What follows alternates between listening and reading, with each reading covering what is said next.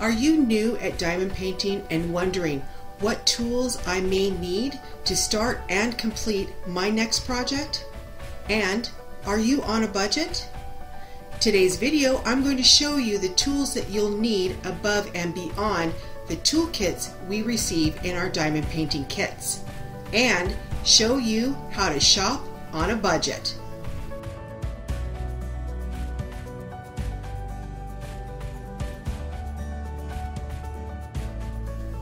Hey everyone, my name's Janae, and on this channel we go over unboxings, full post reviews, tips and tricks, recommendations just like this one. So let's head on over to the video. So keep in mind, organization is key. So grab a piece of paper and a pen and write down any of the information that I'm sharing with you today. So the first thing that I would recommend is a journal or a notepad. Now you may be asking, why would I need a journal or notepad? A journal or notepad will keep you organized with your purchases or any issues that may occur while you're working on your project. So this is my journal, and I purchased this at Walmart, and I paid about $6 for it. And I write down all of my purchases and any issues that I may run into while I'm working on my project. So what you're going to want to write down is the name of the store that you purchased your project from, the size of the canvas, the amount of that purchase, the date that you purchased it. Now, when your project finally arrives, then you go back to that page, write down the date that you received it, do your inventory. That's key too. Do your inventory. Make sure you have all of your drills according to that inventory sheet, and that you got your toolkit, and if you have any issues whatsoever with your canvas. Now you might be thinking, well, what kind of issues could be on the canvas? There are several issues that you may run into with the canvas, and that is puckering, rivers, air bubbles. Any of that you need to jot down in your journal. The reason for that is if you do find that you have some issues with your kit, you need to contact that store immediately. You only have a few days of that buyer protection depending on who you bought it from. So that is key for keeping yourself organized and making sure that you get what you ordered. So the next thing that I'm going to show you is how to keep your drills organized. So you may be asking yourself, well, but in our kits we receive Ziploc bags. Not every store provides Ziploc bags in your projects. So my recommendation is to go to your local dollar store. You can find a treasure trove of products in the dollar store that will help you with your project. And one happens to be Ziploc bags. So let me show you what I have here. So on occasion, when you do purchase a kit from a store, you may get a baggie that looks like this. And the reason why I'm showing you this is they're very flimsy, they're very thin. The quality of these bags are not the greatest. Now, I purchased the same size Ziploc bag from my local dollar store, and this is what it looks like. It's the same exact bag, but the quality is far, far better. You can reuse these bags more than 2 or 3 times. So these bags are okay, but I can't guarantee that they're going to last past that one project, whereas this bag will. Now, the dollar store carries this size. Here it is. And for this bag, which has 100 count of that size Ziploc, I paid $1 for this. Very good buy. Also, I purchased this size as well. These size baggies work wonderful if you're doing a big project that has a huge number of one drill. So I'm just going to give you an example. Let's say you're doing a dark picture and you've got 10,000 310s. This size baggie works wonderful. And I got 100 of these baggies for $1.50. So again, a really good buy from the dollar store, and the quality of these bags are really good. Now, when you're at the dollar store, I would also recommend getting self-adhesive labels. These are, I would say they're not as long as some of the labels that you can purchase, but I got 500 labels for $1.50. So again, a really good buy, and they work wonderful with your baggies or with a storage system. So the next items I'm going to show you are things that you're going to need for your canvas. So one thing that you might want to consider is an X-Acto knife. Now this is a kit. My husband purchased it so that he can use it as well. I have used it a number of times on my canvas. It's great. Some of you that are new might say, well, why would I need an X-Acto knife? Well, if you receive a canvas that has air bubbles or rivers or puckers, you're going to need an X-Acto knife to release that air between the canvas and that adhesive that's trapped in there. Now, I got this kit, or I should say, my husband got this kit, sorry for the glare, from Canadian Tire. It comes with all different size blades. Pop this up. It also comes with this, which I have absolutely no idea what it's for. Sorry. Here is the handle, which again you can use multiple blades for, and this is the tool that puts the blades in the tip of the handle. Now my husband purchased this, like I said, at Canadian Tire, and he paid $17 for this, which actually is not a bad deal. Now I got an X-Acto knife, which looks like this as well, and I purchased this at the dollar store, and I paid $1 for this and an extra blade. So again, dollar store item, and it's pretty good. Now another thing that you may want to consider is a ruler. Some of you might be going, well, why would I need a ruler? Well, a ruler is a really good tool to use when you're putting down that protective sheet. So it helps guide that sheet back down, and it also squeezes out the air. So I do always carry a ruler with me just in case I need it. And I find that with the plastic protective sheets or the clear protective sheets that we get on some of our canvases, this works out pretty good putting that back down. Okay, another item that you may want to consider, especially if you're going into diamond painting as a hobby, is parchment paper. Now some of you are going, why would I need parchment paper? Well, for me, I like to be able to see my drill field as I'm working on my project. So I change the white sheet or the paper sheet that we get on our canvases to parchment paper. However, I used to like the clear protective sheets on our canvases, but I found after so many times using it that some of those clear protective sheets have an attitude, and I just don't like them anymore. So again, I cut my parchment paper in customized strips and love it. And I can actually work on my project and still see that project as I'm going with parchment paper and with them being customized strips. So let me show you what I'm talking about.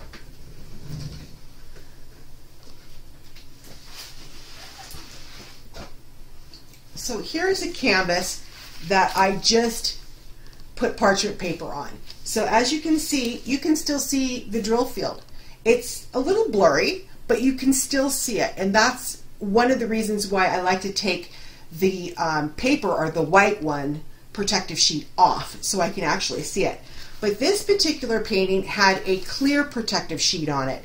And fighting with those clear protective sheets just, to me, is a waste of time, and it's annoying. So that's why I put parchment paper down. It's a great idea.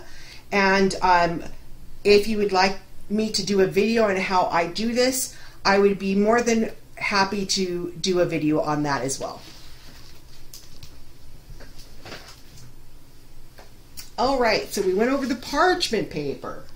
Oh, just so that you know, I purchased this roll about 3 months ago. I probably used this on 20 plus paintings, and I still have quite a bit left. I would probably say I could get another 30 paintings out of this or more. And I purchased this at Canadian Tire. I paid $7.50. Awesome price, I have to say. You can buy parchment paper at the dollar store. I would be a little bit more cautious. If you do buy parchment paper from the dollar store, make sure it says non-stick. And also test that parchment paper by putting a little piece of that paper on your adhesive and then pull it up just to make sure that it does not stick to your projects. So the next thing I'm going to show you is rolling pins. Now, some of you that are new might be thinking, well, why would I need a rolling pin? Well, we use rolling pins to help press those drills down into the adhesive. So when you're working on your project, let's say you're only working in a section, when you're done working in that section, you're going to want to take your rolling pin and roll over that. Again, that helps push down those drills and really sit really nice and snug together, as well as pushing them into that adhesive and really helping that adhesive stick to those drills. So let me show you what I mean. So the first rolling pin I'm going to show you is a rolling pin I purchased off of Amazon. This was actually designed for diamond painting. Now, this is not my preference, and the reason why I say that is it's too small for me. But I'm going to show you this one anyway. So basically what I do is I take my rolling pin and I butt it up against the bottom drills, and then I'm going to give a little bit of pressure while I'm going up and then come back down. So that's the small rolling pin from Amazon. I paid $14.95 for this, and again, it's not my preference. Now I'm going to show you this rolling pin. This is your basic baking rolling pin. I purchased this at the dollar store. I paid $1.50 for this. Yes, it's big, but as you can see, this is a fairly big size painting, and I prefer this size when I'm working on my drills. So again, same concept. You just put it up against the bottom drills, and as you're rolling up, put a little bit of pressure, and then you roll it back down. So just a little bit of caution. When you do roll the rolling pins up on your drills, make sure that you give a little bit of pressure, but not too much, because you can break the resins. So again, just a little bit of pressure, and that will be just fine. Now, if you do hear a little bit of popping going on, that's okay. Basically, what that's indicating is that those drills are actually being pushed down and snug up against each other. So a little bit of popping sound is good. So again, this is the rolling pins. So the next item I'm going to show you is this item here, and it is a clamp. Now, I purchased this at the dollar store. I got 4 for $1, and this is a perfect tool if you have a slanted table or a drafting table, especially if you want to keep your canvases in place. So again, dollar store item, and I paid $1 for 4 of these. So another item I'm going to show you is a light pad.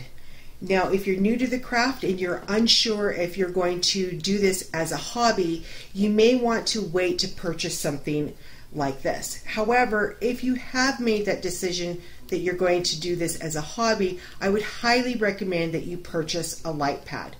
Now, some of you may be asking, what is a light pad and what is it for?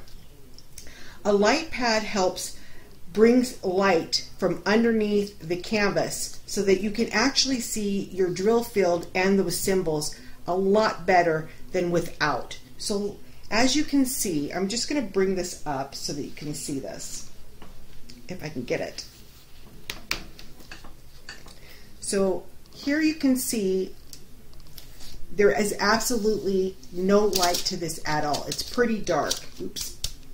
But with a light pad, turn it on, you can see it's starting to illuminate light from underneath. So you can actually see your symbols a lot better. So I'm just going to take this strip off real quick so that you can actually see what I mean. Okay, so there is the drill field without the light pad.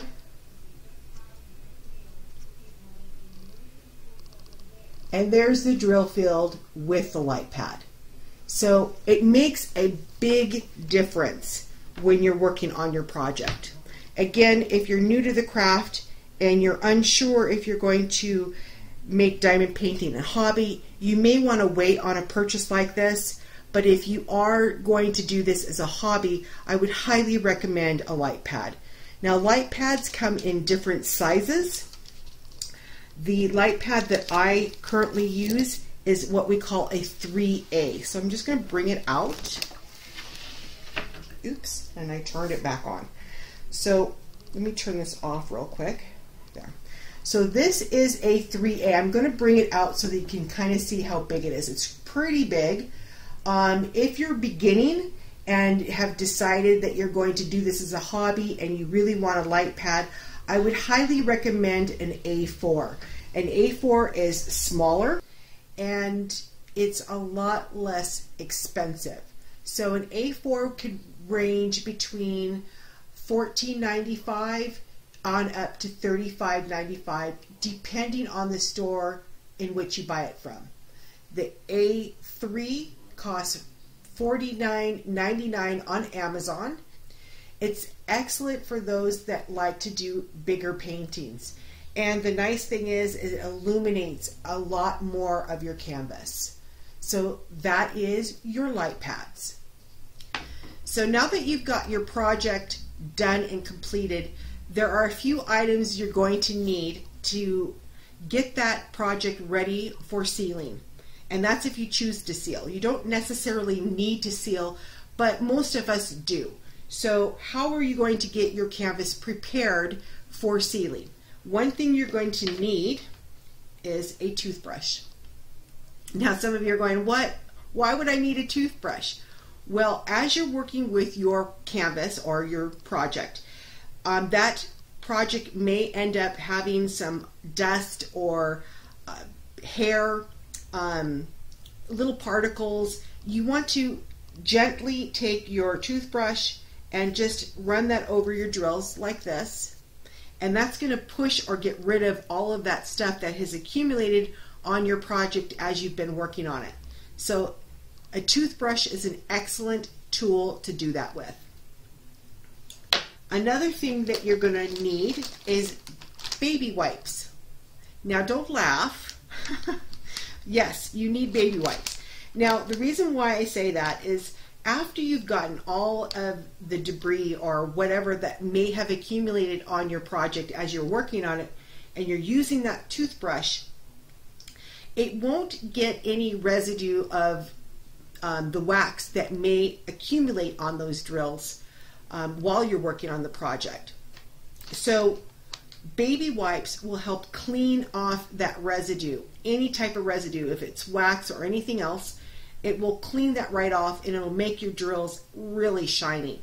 So again, dollar store purchase, and I paid $1 for this. So now that you've got your canvas cleaned and ready to be sealed, and that's again if you choose to seal it, I'm going to go over some of the things that I use to get my canvas prepared for that step. And that is hangers and clothespins. Again, another dollar store item. I paid $1 for 36. And what I do is I have the hanger, and I'll take, depending on the size of the painting, I'll take 2, possibly 3 of the clothespins, and I will actually hang my canvas from the clothespins outside so that I can seal it. So again, it's an item that you may want to consider. It may not work for you, which is okay, but I just wanted to throw that idea out to you. Now, today I went to the dollar store and I found these. So for 2 of them, I paid $1.50 for them, and they have clips on them already. So I haven't tried them out yet, but I thought this is a great idea. Same idea as with the clothespins and the hangers, but at least I don't have to worry about having clothespins stuck to them. So I'm going to try this out and I'll let you know how it works out. Again, dollar store item. So now we're going to talk about sealers. What kind of sealers are out there? So again, it's personal preference. If you decide you don't want to seal your painting, you feel that everything looks good and you don't need to do it, that's fine. But if you want to seal your painting, I'm going to show you a variety of different sealers that I've used and which ones I recommend, and go with that. So you have the spray kind of sealer. So I've got this one here, I have this one here, and I have this one here. So I have 3 different types of spray adhesive or spray sealers. This is the Mod Podge Super High Shine. It's a clear acrylic sealer. Then I have this one from Deco Art, and it's called Americana, and it is also a clear sealer. And then I have this one here called Treehouse Studio. This is also a high gloss coat. Now, I purchased this one from Hobby Lobby, and I purchased this one from Michael's and in the States. So these 2 I got from the States, and this one, oh, sorry, no, I got this from Hobby Lobby. Okay, so these 2 are from Hobby Lobby, and this one's from Michael's here in Canada. Now, I've tried all 3 of these out for as far as the spray type, and I prefer this one better. I think it leaves a lot more shine to it. These 2 are okay, but I like the Deco Art far better.